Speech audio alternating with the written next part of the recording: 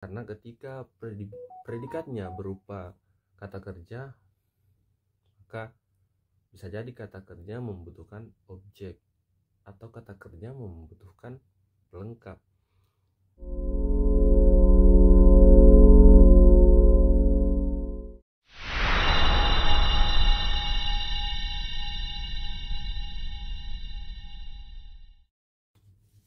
Hai minasan konnichiwa, saya belajar bahasa Jepang bersama Nihongo Maguru.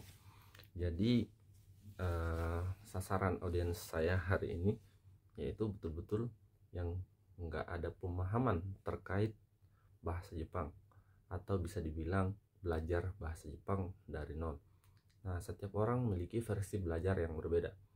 Namun kalau versi yang kita akan lakukan di sini, belajar bahasa Jepang diawali dengan bahasa ibu kita atau bahasa kita sendiri.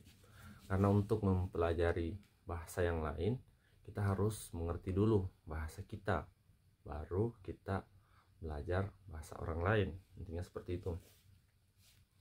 Nah, untuk materi yang akan kita bahas, materi dasar kali ini, kita mengambil materi hakikat bahasa Indonesia. Nah, untuk materi ini saya dapatkan kemarin waktu saya masih sekolah di kelas 8 Madrasah Sanawiyah atau setingkat SMP. Kenapa kita belajar hakikat bahasa Indonesia? Karena hakikat bahasa Indonesia merupakan bahasa resmi, bahasa nasional, itu bahasa yang digunakan di seluruh wilayah Indonesia untuk menghubungkan, karena di Indonesia sangat banyak bahasa kan, jadi hadirlah bahasa Indonesia. Kenapa belajar bahasa Indonesia? Karena di dalam hakikat bahasa Indonesia ini nanti kita menemukan namanya pola kalimat. Nah, penting kita untuk mempelajari pola kalimat. Kenapa? Karena pola kalimat, kalau kita belajar pola kalimat, kita bisa menyusun bagaimana cara menyusun kalimat dengan baik ketika kita ingin merangkai sebuah kalimat ataupun menulis sebuah kalimat seperti itu. Nah, jadi ini merupakan materi dasar. Nah, sebelumnya saya ingin mengklaim kepada teman-teman, saya bukan latar belakang daripada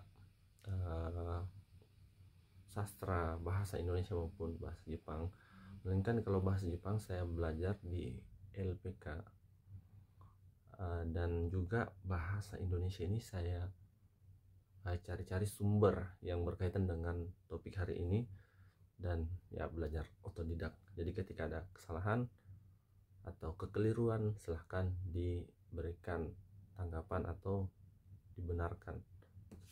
Baik, kita akan bahas hakikat bahasa Indonesia.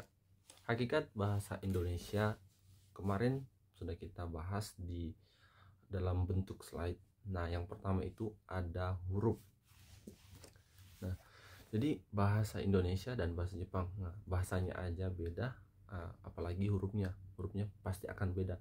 Nah, nanti juga akan ada perbedaan di pola kalimatnya, penyusunannya dan lain sebagainya. Oke, huruf. Nah, seperti ini. Kalau huruf itu, nah dalam bahasa Indonesia itu jumlahnya ada 26. Nah, sedangkan huruf terbagi lagi, ada yang namanya huruf vokal, yang A, I, U, E, O. Nah, itu huruf vokal ada 5. Nah, ada huruf konsonan kayak B, C, D dan lain sebagainya. Nah, totalnya 21. Nah, kalau di bahasa Jepang, huruf itu terbagi lagi, ada 4 jenis. Ada huruf yang namanya hiragana, ada yang namanya katakana, ada lagi yang namanya kanji, ada lagi yang namanya romaji. Huruf hiragana itu ada 46 ya, dasar. Nah, untuk susunannya seperti ini, dari A, K, Sa, Ta, Na, Ha, Ma, Ya, Ra, Wa, N. Jadi di huruf hiragana atau huruf Jepang itu huruf konsonannya ya cuma ada yang ini, yang saya kasih garis bawah, N. Huruf konsonannya cuma ada N. Nah, yang lain ini terhitung satu huruf. Ini bukan 2 huruf ya, ini 1 huruf. Jadi A nanti ada kelompoknya sendiri. a i u e o, ka ki ku ke ko, sa shi su se so, ta chi tsu te to, na ni nu ne no, ha hi hu he ho, ma mi mu me mo, ya yu yo. Nah, khusus ya ini saya bundari itu hanya kelompoknya 3, cuma ya, yu dengan yo. Nah, ra, ri, ru, re, ro. Nah, kalau ini wa ada cuma 2, wa dengan wo, seperti itu.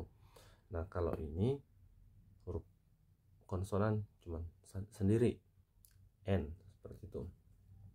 Ini jumlahnya ada 46 jika dijumlahkan keseluruhan. Ini huruf dasar jumlahnya 46.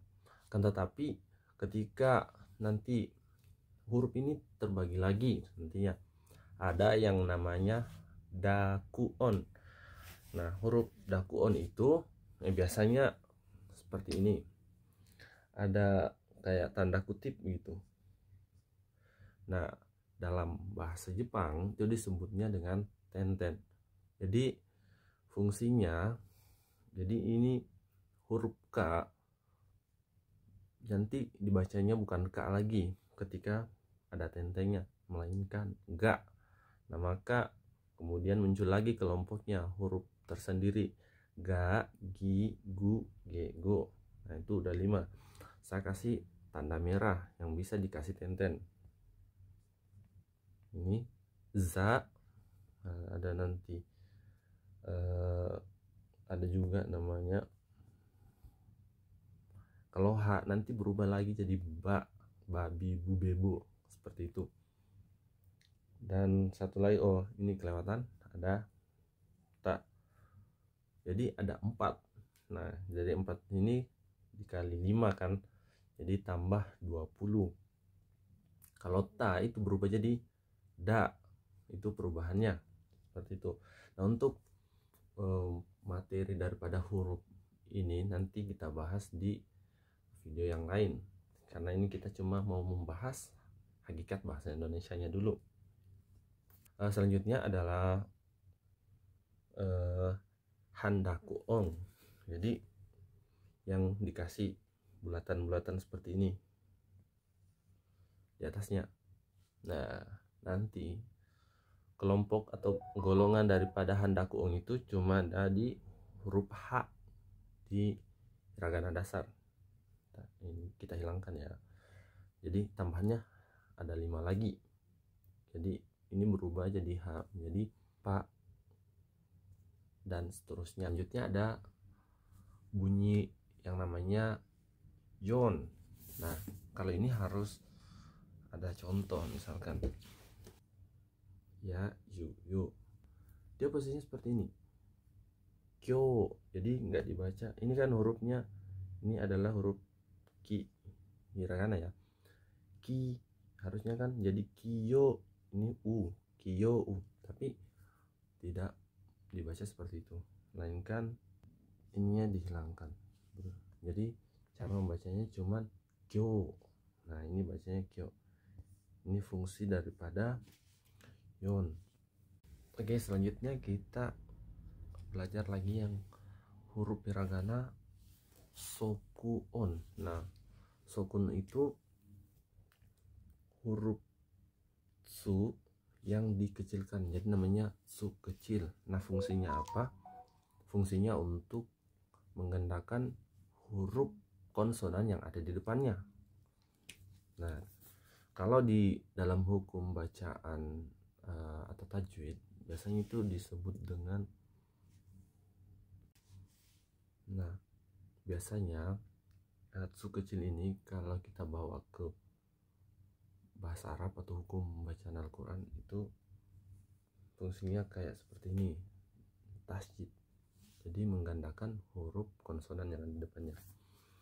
Nah, jadi tulisannya seperti ini. Jadi dia dikecilkan seperti dengan sifat ya, yu, yo tadi dikecilkan. Nah, maka kemudian jadi bukan lagi bacanya kitsupu. Ini huruf ki, ini su kecil, ini pu. Ini kan yang tadi saya bilang dari kata fu dikasih maru berubah jadi pu. Jadi ini kipu, dibacanya kipu. Jadi fungsinya untuk menggandakan huruf konsonan daripada ini, yang pu ini, kipu seperti. Oke, selanjutnya adalah con. Nah, bunyi panjang. Kalau ini agak mudah sih, tinggal istilahnya kalau dalam hukum bacaan itu tinggal ditambah harakatnya. Jadi 2 atau sampai 5 harakat seperti itulah, tergantung hurufnya. Misalkan ini ada A, ada A, tinggal dipanjangin aja A, seperti itu. Adapun dengan misalkan O plus U, nanti ada jauh ketemu, itu kita bahas di pembahasan yang lain. Nah, O ininya menjadi panjang ya. Contohnya di Ohio, harusnya kan penulisan Ohio itu misalnya Ohio, tapi dipanjangkan seperti ini, Ohio, seperti itu. Ada lagi contoh yang lain, misalkan E plus I. Nah, ini saya diajarkan juga, jadi saya sharing kembali. Kalau ini pun ada penjelasan yang lain, silahkan tinggalkan di komentar untuk bahan saya juga untuk belajar nantinya. Oke, di sini ada huruf E dengan I. Contohnya di mana? Sensei, misalkan. Nah, itu pertemuan adalah harusnya kan tulisannya sensei. Nah, tapi dibacanya sensei. Jadi E-nya itu yang dipanjangkan sepanjang 2 harakat. Jadi bacanya sensei, seperti itu, sensei. Jadi tadi kita sudah belajar tentang jumlah huruf hiragana. Jadi kalau kita mengambil huruf dasar itu jumlahnya 46. Nah, kalau ditambahkan dengan tadi misalkan dakuong dengan handakuong, itu jumlahnya menjadi 71. Nah, katakana juga seperti itu, sama. Cuman yang menjadi perbedaan kalau huruf katakana dari segi bentuk kan, pasti bentuknya berbeda, tapi penerapannya sama seperti ini, jumlahnya sama. Huruf-huruf yang ini juga sama, jumlahnya 46 hiragana dasar dan katakana dasar. Tapi ketika sudah masuk huruf-huruf yang lain kayak handakuong dengan dakuong, itu jumlahnya 71. Nah, kalau huruf kanji itu jumlahnya ribuan, puluhan ribu bahkan ya. Tapi yang menjadi tujuan yang menjadi tujuan kita adalah belajar huruf dulu, berawal dari hiragana dan katakana. Ini kuasai dulu yang dua ini.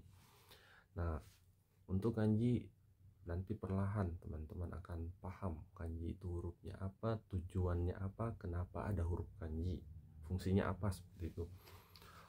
Oke, nah kalau selanjutnya adalah huruf romaji. Nah, kalau romaji itu nggak usah kita terlalu memusingkan, karena huruf romaji yang kita pakai di Indonesia. Nah, kayak kita menuliskan nama kita Indonesia misalkan, nah itu huruf romaji. Nah, ini semua yang ada di sini, nah ini namanya romaji, sama yang kita gunakan di Indonesia. Fungsinya apa? Ketika ada bahasa atau simbol-simbol yang sulit untuk ditulis dalam hiragana maupun katakana, maka ditulis dengan menggunakan huruf romaji. Ini adalah morfem. Nah, seingat saya kemarin, morfem itu merupakan proses pembentukan kata, atau morfem merupakan unit terkecil dari sebuah kata yang punya makna. Nah, selanjutnya morfem terbagi dua, ada morfem bebas, ada morfem terikat. Nah, morfem bebas itu contohnya bisa, itu maknanya walaupun nggak ditambahkan imbuhan, itu kita sudah bisa paham, bisa, oh bisa apa, seperti itu, buku. Nah, kalau dalam morfem terikat itu dimakan, contohnya harus membutuhkan morfem yang lain atau kata yang lain, seperti itu. Nah, Mungkin di bahasa Jepang juga ada yang hal yang serupa dengan morfem itu dengan hong, tapi ini masuknya juga ke kata. Morfem bebas itu sudah masuk ke kata juga. Hong itu kata dasar, artinya ya buku. Nah, kalau morfem terikat bahasa Jepang itu misalkan mas, kalau cuma mau bilang mas nggak ada artinya, melainkan ini hanya tujuan untuk menyopankan sebuah kata. Nah, semisalkan yomimas. Nah, kalau nggak ada yominya, yomi mas, ini seakan-akan kita nggak bisa paham artinya apa. Jadi tujuannya untuk menyopankan. Ada lagi rareru. Nah, kalau di dalam bahasa Jepang, rareru itu merupakan doshi henka atau perubahan kata kerja. Jadi membutuhkan kata kerja. Jadi dia tidak bisa berdiri sendiri. Nah, kita ambil satu contoh, misalkan tabemas artinya makan. Nah, ketika kita masukkan ke doshenka, maka nanti akan jadinya tabe raremas atau tabe rareru, itu sama aja. Teman-teman mungkin belum paham kalau tidak mempelajarinya terlebih dahulu, karena ini materinya ada di bab yang lumayan tinggi seperti itu. Tabe rareru yang artinya tadi artinya makan, kalau berubah mengalami perubahan doshenka, maka mengalami perubahan yang artinya bisa makan. Oke, hakikat bahasa Indonesia yang ketiga adalah kata. Nah, kalau dalam bahasa Indonesia, kata merupakan ya kumpulan dari beberapa huruf. Nah, dari beberapa huruf itu nanti menghasilkan sebuah kata. Nah, di sini kita langsung bahas ke dalam bahasa Jepang. Kalau di dalam bahasa Jepang nanti juga ada namanya fukushi. Itu kata keterangan juga. Ada meishi untuk kata benda, doshi untuk kata kerja, dan keiyoshi untuk kata sifat. Nah, kita masuk di pembahasan unsur pola kalimat. Unsur pola kalimat dalam bahasa Indonesia ya umumnya seperti ini, tapi biasanya hanya ada SPO, subjek, predikat, objek. Kan tetapi ya kalau untuk memberikan yang lebih lengkap, kita tambahkan pelengkap ataupun keterangan, baik itu keterangan waktu atau keterangan tempat, seperti itu. Jadi unsur pola kalimat seperti ini, SPO, K. Nah, dalam bahasa Indonesia ini predikat itu menentukan unsur yang lain. Predikat bisa 3, bisa dia menjadi kata kerja, bisa dia menjadi adjektiva atau kata sifat, dan juga bisa dia menjadi nomina atau kata benda. Nah, satu contoh kalimat, saya makan roti. Nah, saya itu sebagai subjek, predikatnya makan. Nah, tentu yang menjadi objek adalah roti. Jadi yang menjadi objek adalah merupakan sasaran daripada predikat. Makanya kenapa dikatakan bahwa predikat itu menduduki atau bisa mempengaruhi unsur yang lain. Karena ketika predikatnya berupa kata kerja, maka bisa jadi kata kerja membutuhkan objek atau kata kerja membutuhkan pelengkap. Nah, semisal kalau predikatnya merupakan nomina atau kata benda, nah maka akan mempengaruhi unsur yang lain, unsur yang di belakangnya. Kita kasih contoh yang lain. Anak itu pintar. Nah, di sini anak itu menjadi subjeknya, sedangkan pintar itu merupakan predikatnya. Nah, pintar di sini predikat yang berupa atau yang berbentuk adjektiva atau kata sifat. Terus selanjutnya teman saya guru bahasa Indonesia. Jadi predikatnya di sini berupa bentuk nomina atau kata benda. Biasanya predikat dengan bentuk nomina ini biasanya berupa status atau jabatan, seperti itu. Seperti contohnya yang seperti ini. Teman saya merupakan subjek. Nah, guru itu merupakan predikatnya. Predikat dalam bentuk nomina atau kata benda. Dan bahasa Indonesianya itu merupakan pelengkap. Misalkan teman saya guru sudah selesai, ini merupakan kalimat. Teman saya adalah subjeknya, guru adalah predikatnya. Nah, sedangkan bahasa Indonesia merupakan pelengkap, subjek, predikat. Nah, kenapa dikatakan predikat mempengaruhi unsur yang lain? Nah, bisa dilihat contohnya seperti ini. Ini merupakan alasan kenapa kemudian predikat itu mempengaruhi unsur yang lain. Karena ketika predikat itu berupa nomina atau kata benda, maka dia akan membutuhkan pelengkap atau nggak membutuhkan objek lagi. Begitupun dengan predikat yang berbentuk nomina, tidak membutuhkan objek. Berbeda ketika predikatnya berupa bentuk kata kerja, maka predikat itu membutuhkan objek. Predikat merupakan unsur daripada pola kalimat.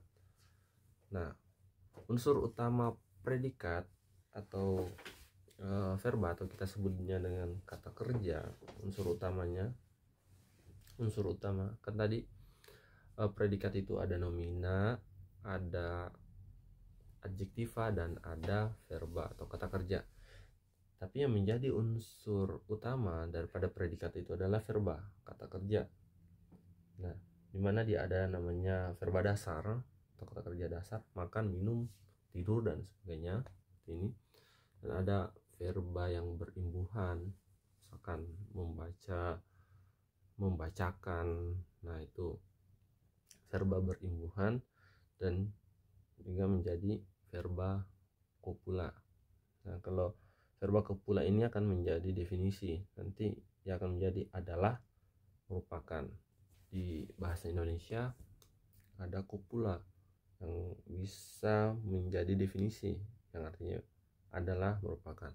Nah, nanti kalau di bahasa Jepang ini bisa digantikan dengan partikel.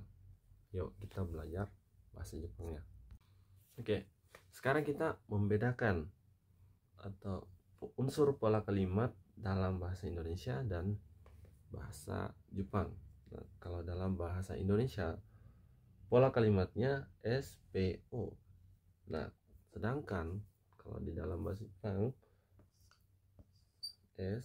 Nah, ini ada partikel dan ini ada partikel yang saya garis bawahi.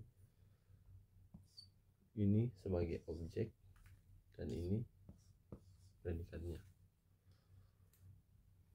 Berbeda, dimana pola kalimat dari bahasa Indonesia SPO, sedangkan pola kalimat dari bahasa Jepang SOP.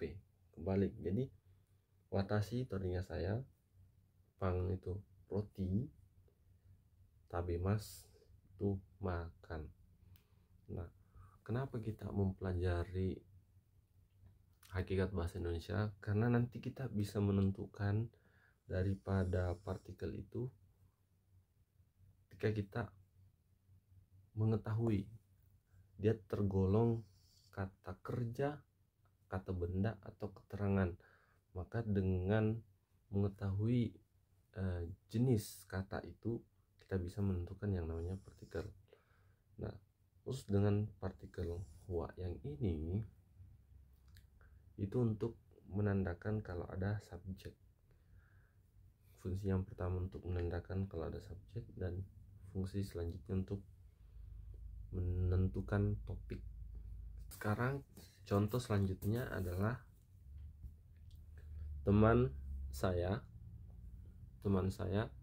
guru bahasa Indonesia, dimana subjeknya adalah teman saya, predikatnya guru, dan bahasa Indonesia sebagai pelengkap. Itu dalam pola kalimat bahasa Indonesia. Nah, ketika kita kita menerjemahkan ke pola kalimat bahasa Jepang, maka jadi seperti ini. Watashi no tomodachi wa Indonesia go no sensei desu. Ada tambahan des.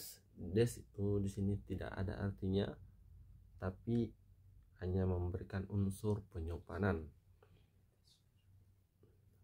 Di sini ada partikel yang saya kasih kotak merah, itu ada namanya partikel no, dimana ketika kata benda kepemilikan ketemu dengan kata benda yang menjadi kepemilikan, biasanya menggunakan partikel no. Nah, kalau di bahasa Jepang itu menggunakan partikel.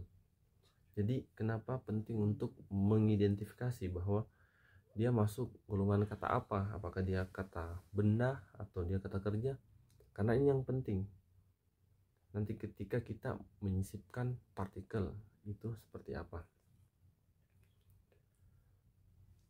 Nah, di sini ada partikel wa, jadi ini sebagai subjek.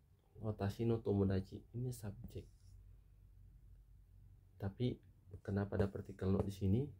Karena di sini pertemuan kata benda dengan kata benda yang menjadi kepemilikan. Artinya teman saya, seperti itu. Teman saya ini watashi, saya ini artinya teman. Jadi watashi no tomodachi diartikan dari belakang. Teman saya, ada partikel wa-nya menandakan bahwa kalau ini subjek. Selanjutnya masuk lagi, kalau di bahasa Indonesia dia sebagai pelengkap tadi, Indonesia Go. Indonesia Go itu artinya bahasa Indonesia. Kalau di sini kita sebut saja dia sebagai kata benda.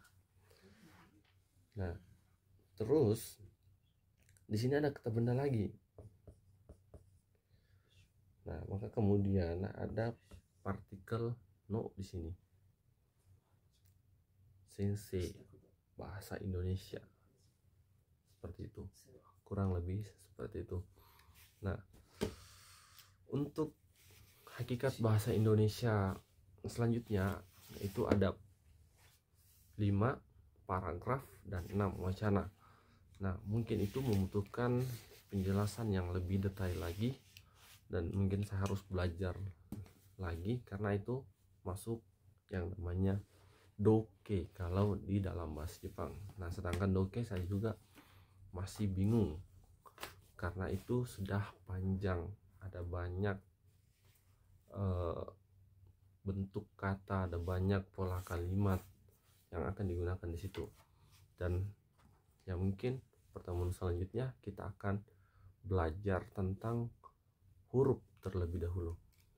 Baik, sekian daripada materi terkait hakikat bahasa Indonesia. Jika ada hal-hal yang ingin diberikan masukan, silahkan tulis di komentar. Dan sampai jumpa. Gambatte kudasai.